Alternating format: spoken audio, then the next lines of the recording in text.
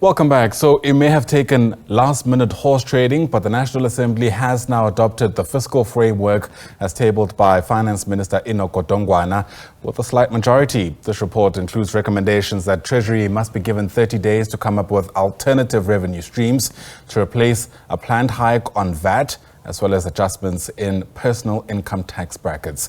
The DA, which of course is the largest, or the second largest, I beg your pardon, in the Government of National Unity, did not support the adoption of this report, leading to the ANC venturing outside of this national coalition to garner enough backing.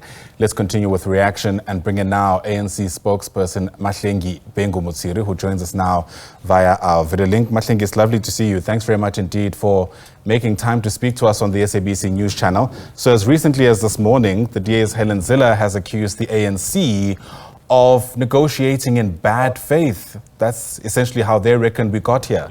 What's your response to that?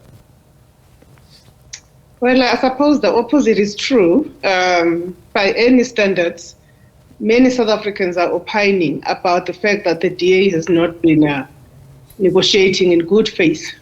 Why are they saying this? Precisely because the DA were discussing matters that do not fall within the remit of the budget, talking about policies, wanting some legislations, redress legislations reviewed, wanting the control of the ports and rails, particularly the ports, wanting a conversation about having a say in the design and construct of South Africa's foreign policy.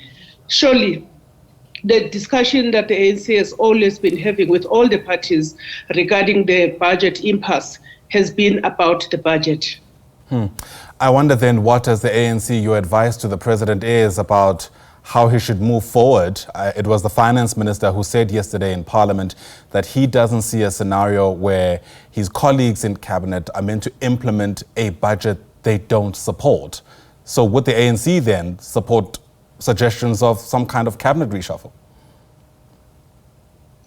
Well, what we have said publicly, and we still say this much, that we remain committed to the Government of National Unity for the simple reason that the stability is required. The national interest must come before party political interests. However, at this point where we are now, the ball is in the court of the DA. They have put up red lines, indicated that the matter of the budget and the VAT increase is a deal breaker. They made those assertions to the effect of leaving the Government of National Unity. We are not here to think for the DA or even to represent them. They now must explain their positions to South Africans. In the meantime, we applaud all parties that came together and made the necessary compromises. We also want to recommit as the African National Congress that we will respect the agreement arrived at in Parliament regarding working hard to find alternative sources of revenue to be able to avoid having to go for the 0.5% VAT increase. That commitment that has been made between the ANC and the other parties, including Action SA, IFP, and many others, we will be dutiful to that commitment. I hear that. And look, my next question I ask, keeping in mind that you're no legal expert, but what's your understanding of this? I mean, the word you use is that it's a commitment to find alternative revenue streams, but it's not an obligation, is it? I think it is it's a moral obligation. You don't make commitments that you walk away from. It will really be a questionable thing and something that is not ethical on the part of the ANC. I think that the parties should trust the process, that the ANC is going to express a strong commitment to honoring that commitment. And I also say this because we issued a statement last night.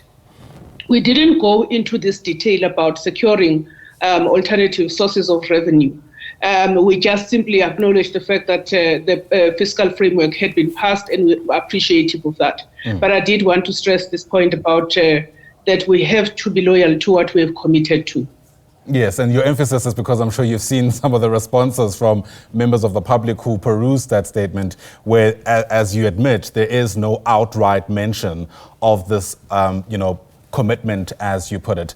But let me ask perhaps a different question, Mahlengi, about the politics that had been involved here. When the GNU was, I suppose, at its infancy stage, some people might say it still is, there was mention of some kind of clearinghouse mechanism where these kind of disagreements would be hashed out. And here we are sitting with a scenario where the disagreements have been so vociferously argued that it spilled over into the public domain in the most spectacular way. And in fact, a major partner in this national coalition is heading to court.